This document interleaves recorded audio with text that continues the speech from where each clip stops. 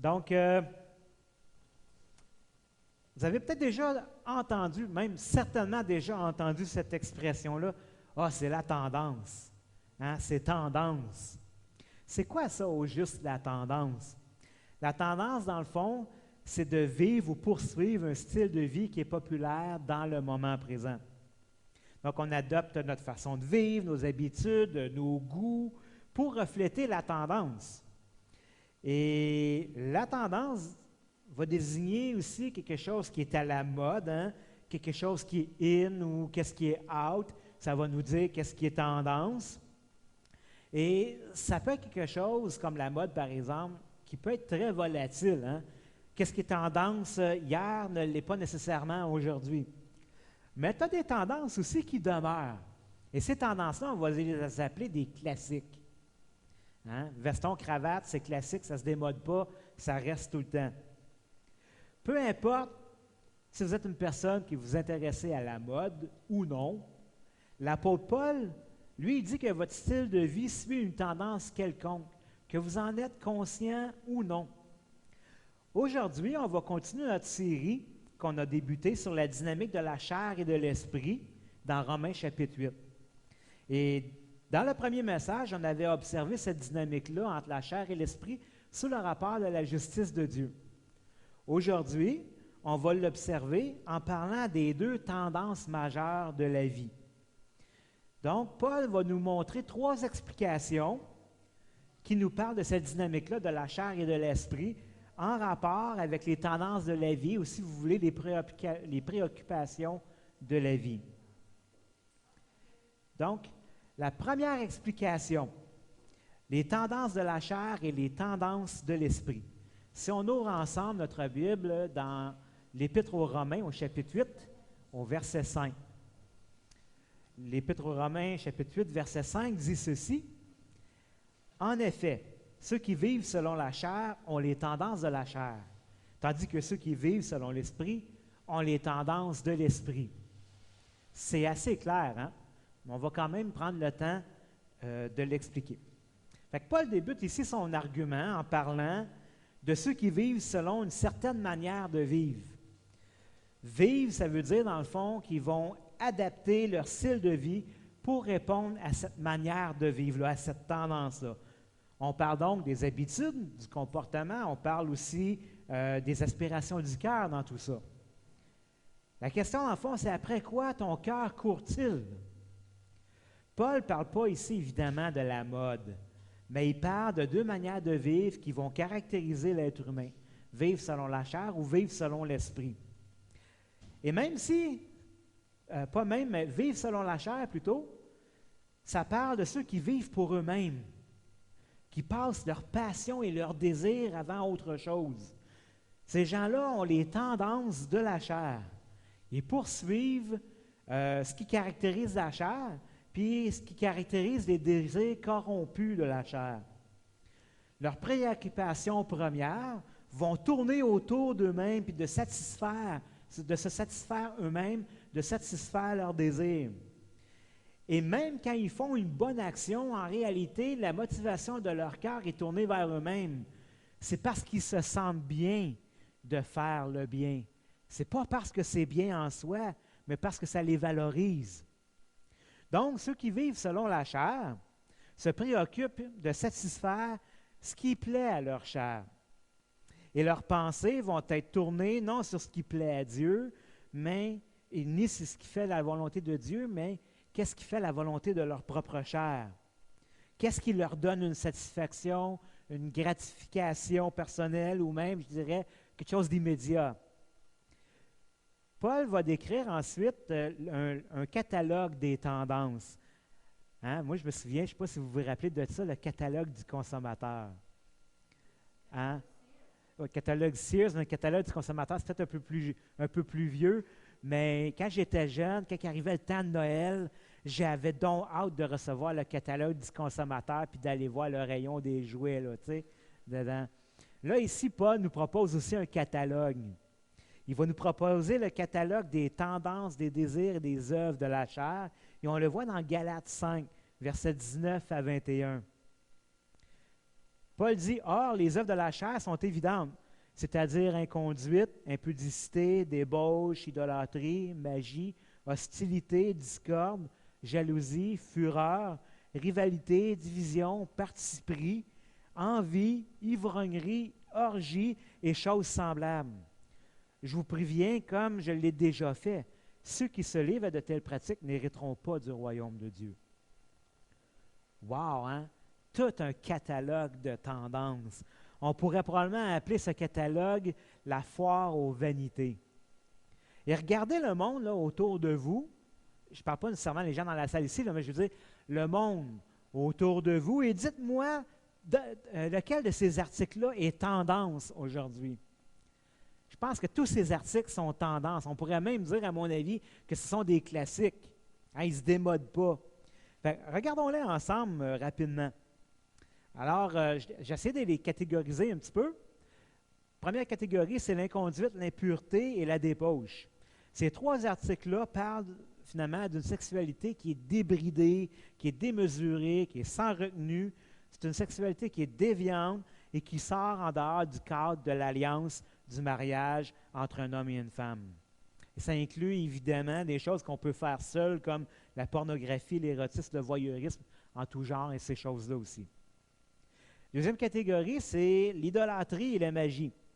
Ces deux articles-là, dans le fond, ils vont parler des choses dans lesquelles on va placer notre confiance, notre adoration, ou on va chercher notre bonheur en autre chose qu'en Dieu lui-même.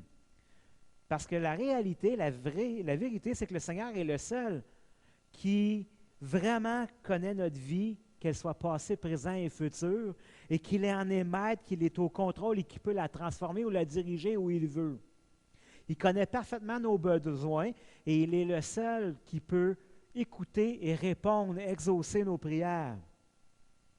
Il est aussi le seul qui peut nous protéger et nous garantir la sécurité et la vie éternelle dans sa présence, en Jésus-Christ, son Fils unique.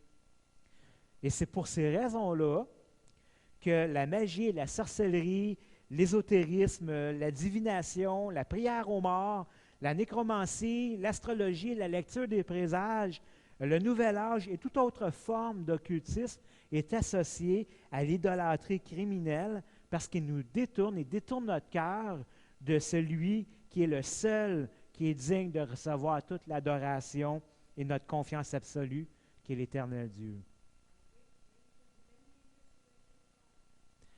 Oui, même les jeux sur le cellulaire peuvent devenir une idolâtrie. Pourquoi? Parce que ces choses-là vont nous promettre quelque chose que seul Dieu a le pouvoir de nous donner. Généralement, ils vont nous promettre de nous donner un certain contrôle sur notre destin, alors que Dieu est le seul à avoir ce pouvoir-là.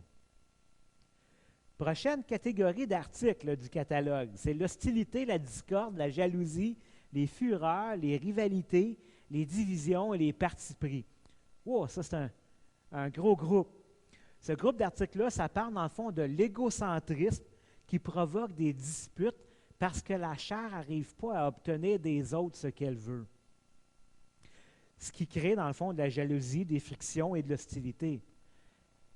Et si après avoir piqué cette petite crise, la chair n'obtient toujours pas ce qu'elle veut, bien là, elle va monter d'un cran, puis elle va tourner ça en fureur, en rivalité, en discorde et en conflit ouvert.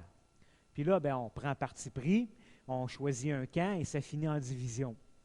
C'est comme ça, dans le fond, que vont commencer les guerres dans les familles, dans les foyers, dans les organisations, dans l'industrie et même, je dirais, là, entre les nations. Prochains articles dans le catalogue, c'est l'envie, l'ivrognerie et l'orgie, les orgies. Ces articles-là, ça parle d'un appétit insatiable de la chair qui en veut toujours plus et qui ne sait jamais quand s'arrêter. La chair veut tout de suite et maintenant. Ça parle dans le fond des débordements, que ce soit pour assouvir un désir, un appétit ou même pour étouffer la souffrance. On va se jeter dans quelque chose. Alors, tous ces articles-là font partie du catalogue de ceux qui vivent selon la chair. Et même, pas même, mais pour ceux qui vivent selon le Saint-Esprit, qui se laissent remplir de la présence du Saint-Esprit, qui se laissent guider dans leur style de vie par la grâce de Dieu, ceux-là aspirent aussi aux tendances de l'Esprit. Paul décrit aussi le catalogue des tendances de l'Esprit, qui est une manifestation de l'Esprit de Dieu dans notre vie. Il les appelle les fruits, ou pas les fruits, mais le fruit de l'Esprit, et il les nomme dans Galates chapitre 5, verset 22. Il dit, mais après avoir démontré le catalogue de la foire aux vanités, ensuite il va avec le catalogue des fruits de l'Esprit qui dit, mais le fruit de l'Esprit est amour, joie, paix, bonté, bienveillance, fidélité, douceur et maîtrise de soi.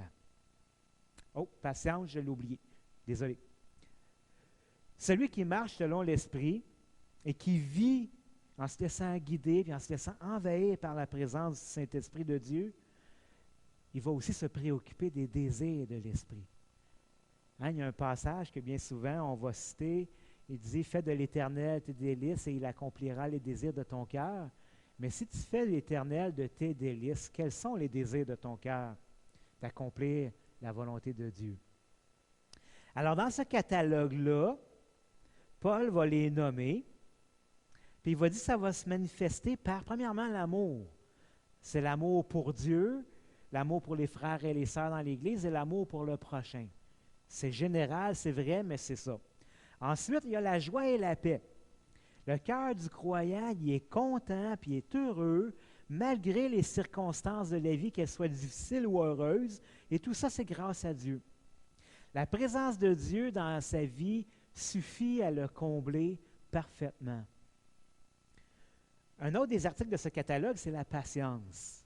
Le cœur du chrétien est rempli de courage et aussi d'endurance face aux éléments stressants dans la vie et même dans les relations stressantes aussi. C'est l'Esprit de Dieu qui va lui donner l'endurance patiente d'endurer ces situations-là et de passer au travers. Ensuite, il y a la bonté et la bienveillance.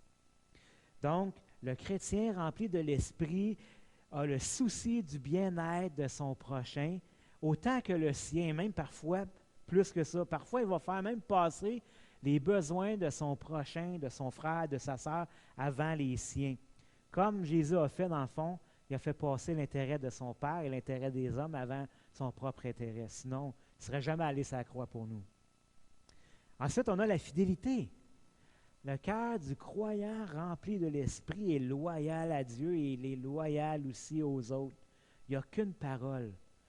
La parole a dit que votre oui soit oui ou que votre non soit non. Pour celui qui est rempli du Saint-Esprit, c'est vrai, il n'y a pas besoin de jurer. Sa parole demeure véritable. Et il s'engage, il est fiable quand il dit qu'il va faire quelque chose. On peut compter sur lui. Ensuite, il y a la douceur et la maîtrise de soi. Je les ai mis ensemble parce qu'ils ont des éléments qui sont quand même connexes. Ça, c'est le comportement du chrétien rempli de l'Esprit qui est marqué par la douceur, par la gentillesse et par l'humilité. Et puisqu'il est doux et humble, il se retient aussi bien souvent. Il ne se laissera pas emporter ou piquer des crises n'importe quand, n'importe comment. Il va être à l'écoute du Saint-Esprit plutôt, puis il va chercher à comprendre l'œuvre de Dieu dans les situations difficiles et stressantes. Au lieu que les nerfs lâchent, il va essayer de comprendre, Seigneur, qu'est-ce qui se passe? Donc, tout ça, c'est le catalogue des articles ou des tendances de l'esprit. Alors, dans ce premier point-là, on a vu que ceux qui vivent selon la chair ont les tendances de la chair, tandis que ceux qui vivent selon l'esprit ont les tendances de l'esprit. Chacun de ces deux styles de vie va conduire quelque part. Et ça nous mène, dans le fond, à notre deuxième point, notre deuxième explication, qui est l'issue de ces deux tendances. Alors, Romains chapitre 8, verset 6, Paul continue en disant « Avoir les tendances de la chair, c'est la mort. Avoir celles de l'esprit, c'est la vie et la paix. » Encore une fois, Paul est assez clair, mais on va quand même prendre le temps d'ajouter là-dessus.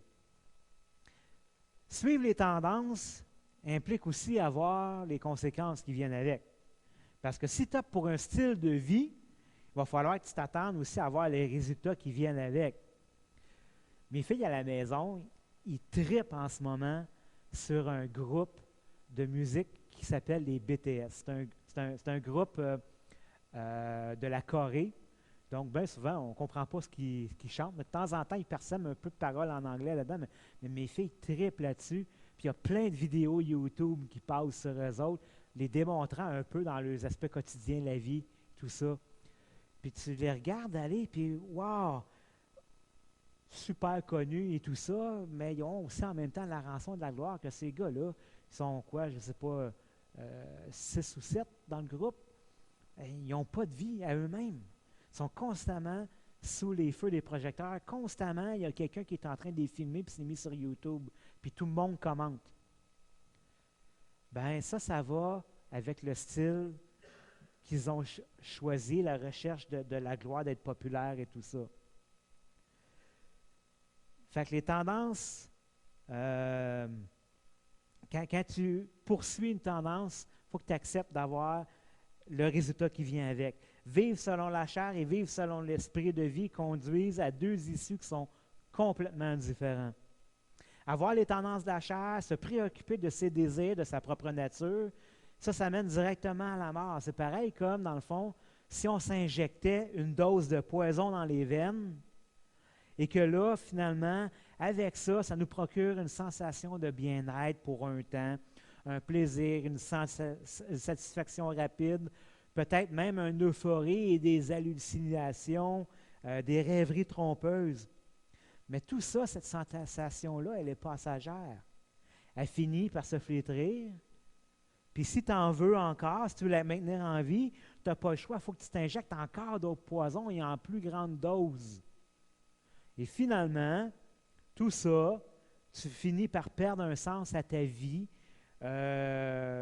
Oui, ta vie perd son sens, ça n'a plus de saveur, puis tu finis par ressembler à une épave humaine. Et vient ensuite la rançon ultime de la gloire, qui est la mort qui t'attend, mais pas seulement la mort physique, mais la mort spirituelle dans laquelle tu te retrouves séparé de Dieu pour l'éternité, ou tu t'en vas te retrouver dans un endroit de souffrance éternelle. Tout ça parce que tu as choisi de suivre les tendances de la chair. Quand j'étais jeune, j'avais mon groupe de musique préféré qui s'appelait Motley Crue. Bon, OK, j'entends du monde rire, fait que je sais qu'il y en a qui les ont connus. C'était un groupe de heavy metal qui arborait pleinement et fièrement le style de vie sex, drugs and rock and roll. Les concerts, l'alcool, la drogue, les filles, les bagnoles, les sensations fortes.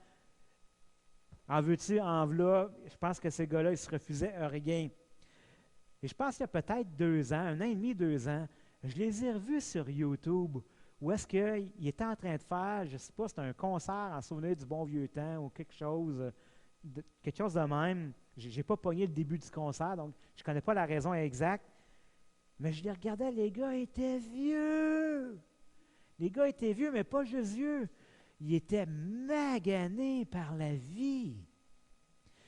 Et les gars, ils revivaient un peu leurs heures de gloire en chantant là, le vieux succès. Et le temps qu'ils revivaient leurs heures de gloire, je regardais leurs yeux, puis on pouvait voir dans leurs yeux la tristesse et le regret. Puis honnêtement, là, je regardais, puis c'était lamentable. C'était lamentable, ça faisait pitié à voir. Et ça m'a frappé comme un coup de fouet, vraiment, quand j'ai vu ça. Parce que c'est l'exemple parfait de vivre selon la chair et suivre les tendances de la chair qui mènent à la mort. Je ne veux même pas savoir c'est quoi l'état de santé de ces hommes-là. C'est clair qu'ils sont maganés. L'autre chemin, celui des tendances de l'esprit, nous conduit sur un sentier qui est plus sobre. Au lieu de sombrer dans l'excès et la déchéance, l'Esprit, lui, va nous conduire vers la vie et la paix. L'Esprit Saint garde notre cœur dans la quiétude, dans la tranquillité et dans le contentement, sachant qu'il n'y a rien dans ce monde qui va pouvoir étancher la soif de notre âme, si ce n'est la présence de Dieu lui-même. Et c'est pourquoi l'Esprit de Dieu va nous combler de sa présence et on n'aura pas besoin de chercher ailleurs pour trouver le bonheur. Parce que dans sa présence, on a le bonheur qu'on a besoin. La paix que Paul parle ici a 2 sens en passant. C'est celui de la vie calme et tranquille, mais c'est aussi d'avoir la garantie par le Saint-Esprit d'obtenir une vie qui est véritable, qui est fondée sur la paix avec Dieu. Donc, ça veut dire, Dieu n'est pas en colère contre toi. Dieu s'est réconcilié avec toi. Tu es en paix avec Dieu. Et ça, honnêtement, là, juste de savoir que Dieu ne t'en veut pas, qu'il n'est pas en colère contre toi, puis qu'il t'a pardonné, wow! Toute cette culpabilité-là que tu portes avec tous les regrets de ta vie, boum, ça tombe. Puis tu sais que Dieu t'aime. Wow! J'avais 23 ans quand le Seigneur m'a appelé et qu'il m'a sauvé. Et ça fait 25 ans de ça. Donc, ma vie comporte plus de jours passés avec Dieu que sans Dieu. Et je peux affirmer sans aucune hésitation que ma vie passée sans Dieu ne saurait arriver à la cheville de ma vie présente avec Dieu. Je vivais avant une vie qui était agitée, qui était inquiète, et maintenant, je ne crains pas pour mon avenir, je ne crains pas pour ma vie, parce que le Seigneur m'a déchargé de cette culpabilité-là, et maintenant, Dieu, Jésus, est mon berger, et en lui, je ne manque de rien. C'est lui qui me conduit vers les bons pâturages, puis qui garantit ma vie, une vie qui est éternelle, que je vais passer dans l'éternité, dans sa présence. Entre toi et moi, là, qu'est-ce qu'il y a dans ce monde qui pourrait battre ça? Rien du tout. Troisième explication. Les tendances de la chair sont en opposition à la loi de Dieu. Romains chapitre 8, versets 7 à 8 nous dit « Car les tendances de la chair sont ennemies de Dieu parce que la chair ne se soumet pas à la loi de Dieu, elle en est même incapable. Or, ceux qui sont sous l'emprise de la chair ne peuvent plaire à Dieu. Si tu vis selon les désirs de la chair, tu dépends de la chair et t'en es esclave. » Ça, on l'a démontré dans notre dernier message. Tu dois poursuivre les tendances de la chair et obéir à ses caprices. Ceux-ci même vont t'empêcher de vivre pour Dieu. Parce qu'à chaque fois que tu veux faire la volonté de Dieu, la chair te rend impuissant et détourne ton cœur de la satisfaction en Dieu. Tes désirs naturels t'appellent et tu n'es pas capable de résister à leur attraction. Et ces tendances-là, ces aspirations-là, sont en opposition directe avec Dieu, parce que la chair ne voudra jamais se soumettre à Dieu. Elle désire faire sa propre volonté et non celle de Dieu. Même de par sa nature elle-même, elle est incapable de se soumettre à Dieu parce que ça ne fait même pas partie de sa programmation. Par conséquent, celui qui vit selon la chair est sous l'emprise de la chair. Il est rebelle et il est positivement hostile à Dieu. Je répète, il est positivement hostile à Dieu, qu'il en soit conscient ou non. Et ça, que tu t'affiches comme chrétien ou non, il n'y a pas de distinction. C'est pourquoi Jésus a dit dans Matthieu chapitre 7, versets 21 à 23, « Ce n'est pas quiconque me dit « Seigneur, Seigneur » qui entrera dans le royaume des cieux, mais celui qui fait la volonté de mon Père qui est dans les cieux. Plusieurs me diront en ce jour-là, quand Jésus va revenir, « Seigneur, Seigneur, n'est-ce pas en ton nom que nous avons prophétisé, et en ton nom qu'on a chassé des démons, et en ton nom qu'on a fait plusieurs miracles? » Tu dis, aïe, aïe, ça va être des vrais chrétiens, hein? Alors, je leur dirai ouvertement, je ne vous ai jamais connus. Retirez-vous de moi, vous qui commettez l'iniquité. Vous qui avez choisi le style de vie des tendances de la chair. Comment une telle personne qui vit généralement sous l'impulsion de la chair au lieu de la soumission à l'esprit de vie peut espérer plaire à Dieu? Cette personne, dans son cœur, dit constamment non à Dieu et à sa volonté. Parce qu'elle est trop occupée à s'occuper d'elle-même puis de ses propres intérêts au lieu des intérêts de Dieu. Ah, elle peut faire de belles promesses à Dieu, mais elle est incapable de les tenir. En québécois, on appelle ça quoi? Des promesses d'ivrogne. C'est des paroles qui ne tiennent pas la route. Mais Jésus n'est pas berné par ceux qui se prétendent chrétiens, mais qui vivent une vie qui est tout croche sous l'impulsion de la chair et la domination de la chair. Parce que lui, il voit au-delà des apparences, puis il voit directement le cœur des gens. C'est pourquoi même celui qui se dit être chrétien, mais qui vit selon la chair et qui suit les tendances de la chair, ne peut pas plaire à Dieu. Puis il n'héritera pas non plus du royaume de Dieu. Parce que le Seigneur n'approuve pas ce style de vie de péché. D'ailleurs, c'est à cause de ça que Christ est envoyé sur la terre pour mourir sur la croix, afin d'enrayer le péché, d'enrayer la condamnation du péché et de nous sauver. Vous voyez pourquoi c'est sérieux?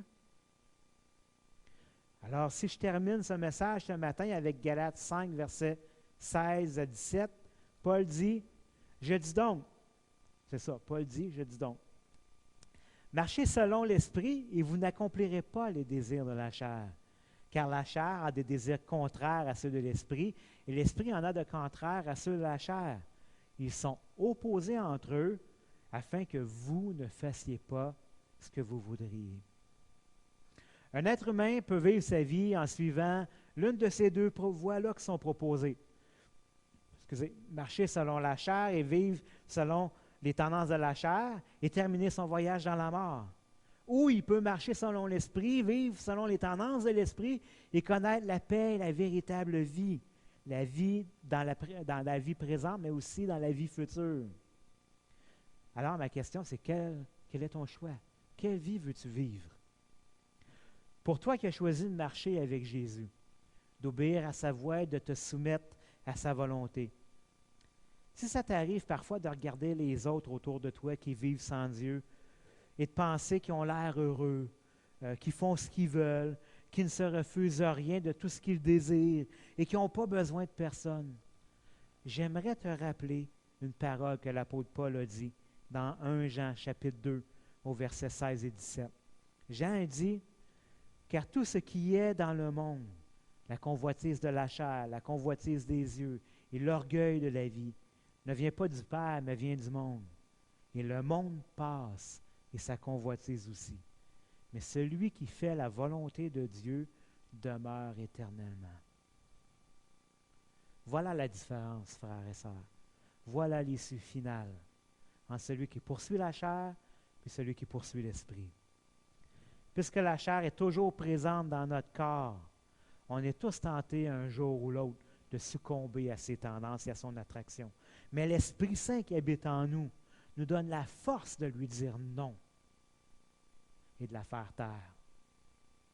Mais quand le combat contre la tentation de la chair s'intensifie, rappelle-toi ces paroles de l'apôtre Jean. Rappelle-toi c'est quoi l'issue de celui qui vit selon la chair et ses tendances. Puis ensuite, rappelle-toi c'est quoi l'issue de celui qui vit selon l'esprit et ses tendances. Et souviens-toi qu'à chaque fois que tu choisis de suivre Jésus en te laissant guider par son esprit de vie et que tu fais mourir les désirs de la chair par la puissance du Saint-Esprit, eh bien, tu fais le meilleur choix des deux pour ta vie présente et pour la vie dans l'éternité. Amen. Amen. Seigneur bien-aimé, je te loue, Seigneur, pour cette parole que tu nous as donnée, pour ta vérité, Seigneur Dieu, qui guide notre vie. Seigneur, que ta parole s'imprègne dans nos cœurs, soit gravée, Seigneur Dieu, et que ton esprit ait le champ libre pour œuvrer en nous, Seigneur Dieu. Qu'on soit des esprits et des cœurs dociles, Seigneur, à son action, à sa puissance et à sa direction dans nos vies. Que ton nom, Seigneur, soit glorifié. Et merci pour cette vie éternelle que tu nous as garantie par ton esprit, Seigneur, qui est un gage, un sceau sur nos vies, sur nos âmes. Merci, Jésus, de nous avoir ouvert le chemin pour cette relation avec Dieu le Père et pour la vie éternelle dans sa présence. Au nom de Jésus. Amen.